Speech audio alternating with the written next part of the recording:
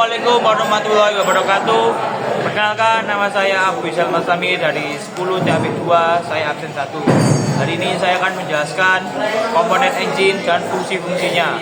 See you at the video. Oke teman-teman, komponen yang pertama yaitu adalah silinder. Ini dia. Jadi silinder itu adalah tempat cara kerjanya piston naik turun. Ini pistonnya. Jadi pistonnya itu naik turun. Seperti ini. Di dalam silinder itu ada beberapa komponen lubang-lubangnya ya. Ini lubang seperti ini namanya outer jacket. Gunanya untuk air radiator untuk mendinginkan silindernya atau mendinginkan engine. Yang kedua yang ini yang kecil ini untuk pelumasan oli. Nah, yang bulat ini yang lebih lebar gunanya untuk besi penyangga atau pengaitnya ya, atau baut gitulah. Oke, sampai sini aja.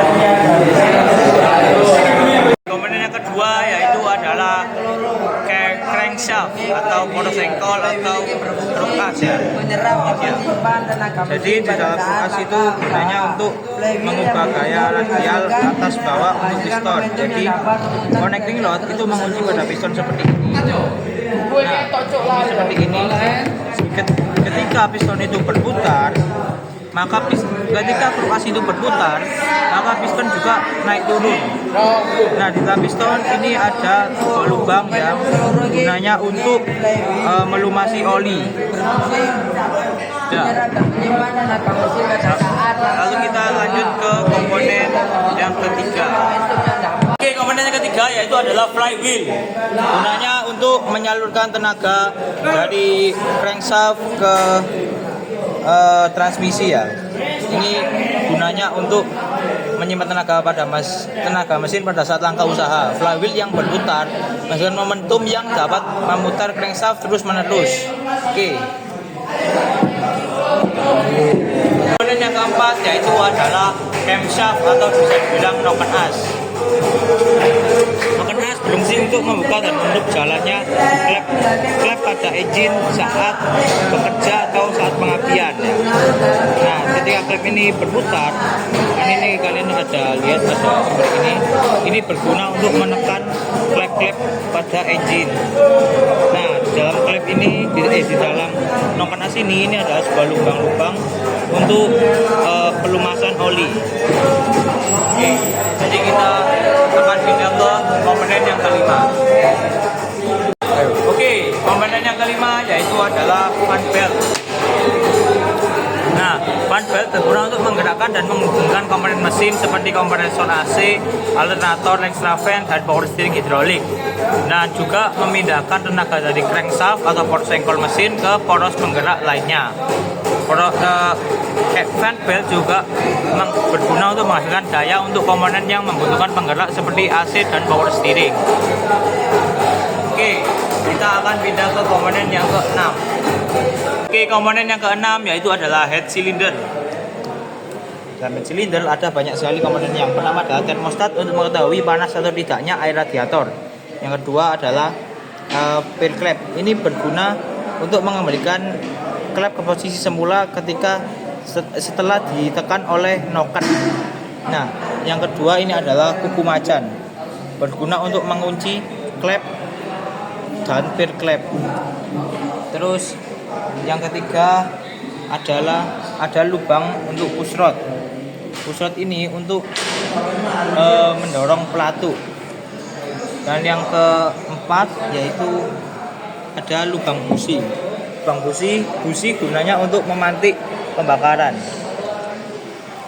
Nah, terus kita menuju ke selanjutnya. Nah, klep ini dibagi menjadi dua. Ada klep untuk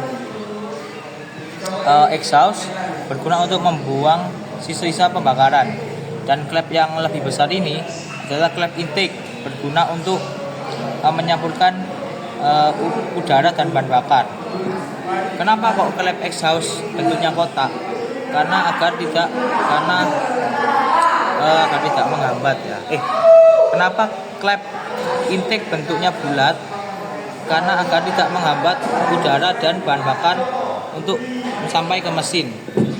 Nah, di dalam head cylinder ini ada banyak sekali lubang-lubang ya.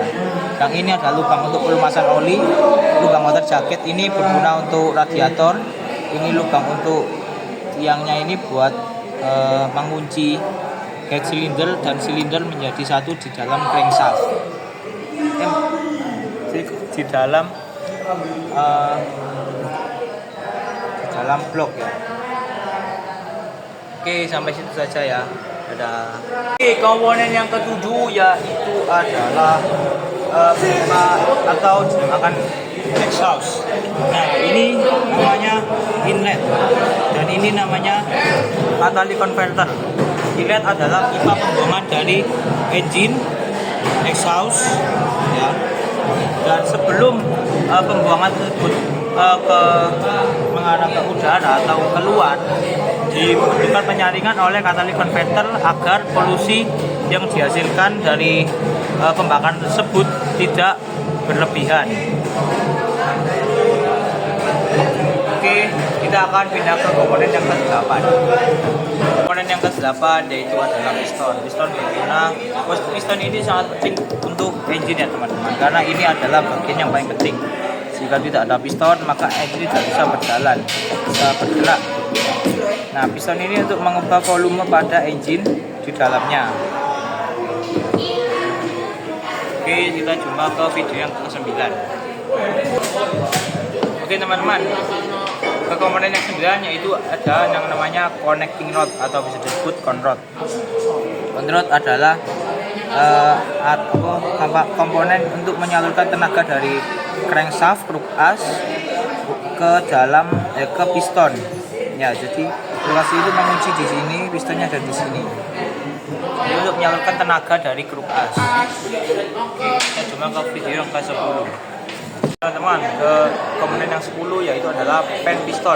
Pen piston berguna untuk mengunci piston dan conrod menjadi satu.